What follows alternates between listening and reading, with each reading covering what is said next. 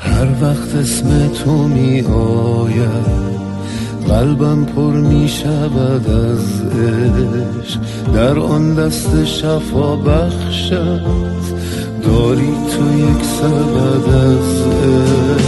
فیض روح القدس با تو هستی آرامش مریم، لب در گهواره وا کردی گفتی من بنده اویم. مرده زنده شد با اذنش، روح پاک تو حجت شد، نامی روی لبت گل کرد، انجیل راز بشارت شد. گفتی آمان